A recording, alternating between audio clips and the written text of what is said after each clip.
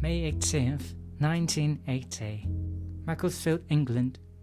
A 23-year-old man named Ian Curtis watches from a short film, Shawshank, a bleak cinematic portrait of a musician whose American dream ends in a grotesque tragic suicide. Afterwards, he listens to Iggy Pop's album, The Idiot. Sometime in the early hours of the morning, Curtis goes into his kitchen and hangs himself from the clothes-washing line. In less than 48 hours, he was supposed to be on a flight to New York. His band, Joy Division, was on the precipice of their first American tour. They were arguably the most important band in Britain, though very few people realize it yet. Think about the pop charts in 1979 and 1980. The world was dancing to ABBA's Voulez-Vous and the Bee Gees. The airwaves were saturated with disco and polished stadium rock, music designed to help you forget where you were. But Joy Division did the exact opposite. They forced you to look at the concrete. They forced you to look at the decay. They didn't just write songs, they inadvertently captured the architectural and psychological collapse of a dying empire. To understand why Joy Division sounds like a transmission from a dying star, you have to look at the wreckage of the world that birthed them. Let's rewind to late 70s Manchester. If you want to understand post-punk, you have to understand the geography of dereliction.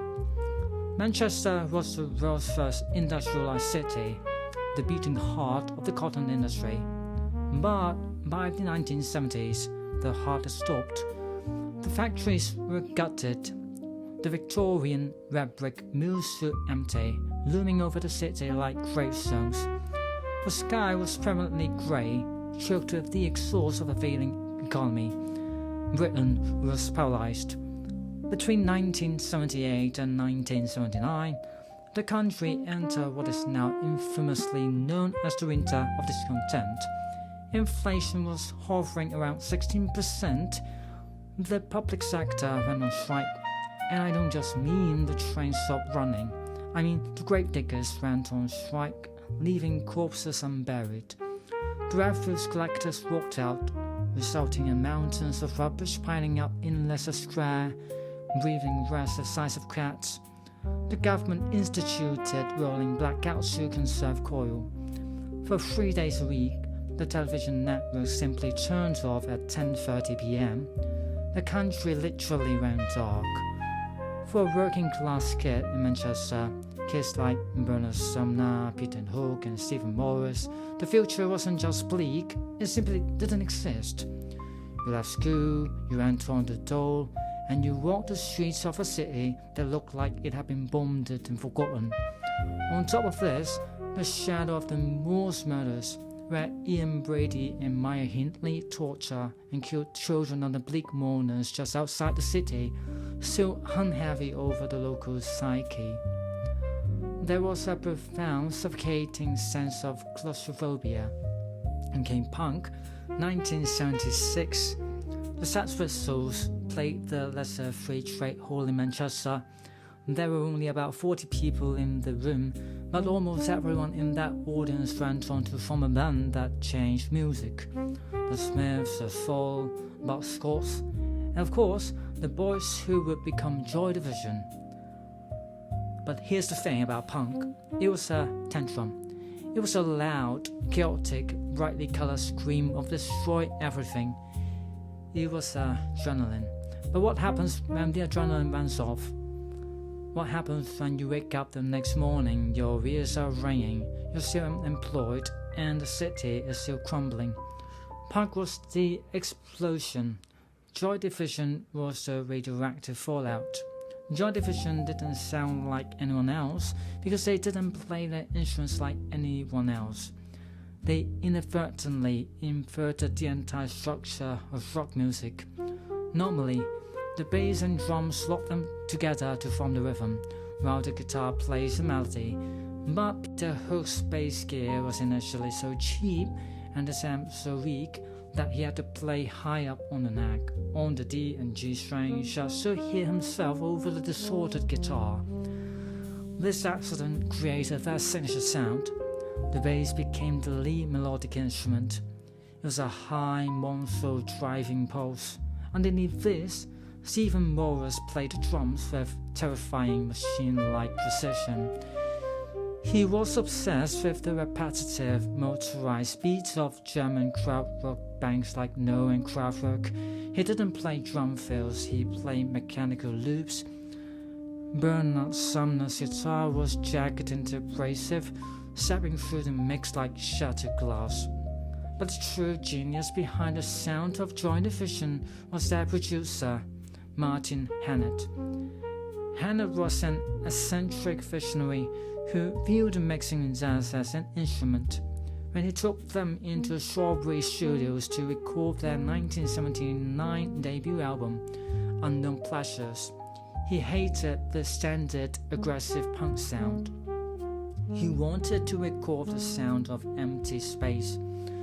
Hannett used early digital delay machines like the MS-DMX 1580 to create terrifying synthetic echoes. He forced Morris to record his drum parts piece by piece, kick drum first, then snare, sometimes making him set up his drum kit on the roof of the studio, or dismantling a drum and spraying it with aerosol to get a specific alien hiss. Hannett turned the studio's air conditioning down to freezing temperature so the band would play with stiff, tense urgency. The result was an album that sounded like a cavernous, abandoned warehouse. It was the sonic equivalent of Manchester's Brutalist architecture, and right in the center of this vast, echoing void stood Ian Curtis. Curtis was a contradiction. By day, he was a civil servant working for the Manpower Services Commission, trying to help people with severe disabilities find jobs. He absorbed their despair daily. By night, he was a frontman possessed. His lyrics weren't about anarchy or the government. They were intentionally literary, influenced by Kafka, Dostoevsky, and J.G. Bennett. He wrote about urban alienation, emotional paralysis, and internal collapse. His voice was a rich, authoritative baritone that sounded like it belonged to a man twice his age. When you ask how that music makes people feel, the answer is deeply, physically unsettled, yet inexplicably understood. Listen to the track Transmission. It has a danceable, frenetic tempo, but the atmosphere is pure dread. You can dance to it, but you are dancing in a freezer. In 1978, Curtis was diagnosed with severe epilepsy. At the time, the medication prescribed heavy doses of phenobarbital acted as a powerful depressant, exacerbating his severe mood swings and depression. His seizures became intertwined with his stage performances. He developed a frantic, hyper-kinetic dancing style that mimicked his seizures so closely that audiences, and sometimes his own bandmates, couldn't tell if he was performing or actually dying on stage. Take the song She's Lost Control. It was inspired by a young woman with epilepsy who used to visit Curtis at the employment office. One day she stopped coming and he found out she had died from a seizure. The song is a terrifying, repetitive, mechanical grind, reflecting the absolute loss of bodily autonomy. It is the sound of a mind watching its own body betray it.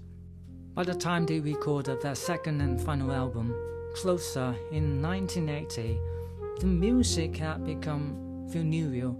Synthesizers replaced aggressive guitars. The album feels like walking through a Gothic cathedral. Curtis's lyrics were explicit cries for help. This is the way, step inside, he sings on isolation. But the band, young and caught up in the momentum of rising fame, thought he was just writing art. They didn't realize it was a suicide note until it was too late. When Ian Curtis died, Joy Division ceased to exist. The remaining members kept a prior pact, changed their name to New Order, fully embraced the synthesizer, and accidentally invented modern electronic dance music. But that's a story for another time. Why does Joy Division still cast such a massive shadow over modern culture? Walk into any high street clothing store today, and you'll find a t-shirt bearing the jagged poster radio waves of the Unknown Pleasures album cover. But strip away the commercialization, and the music remains violently potent. Here's the truth. The world didn't get brighter after the 1970s. It just got a different coat of paint.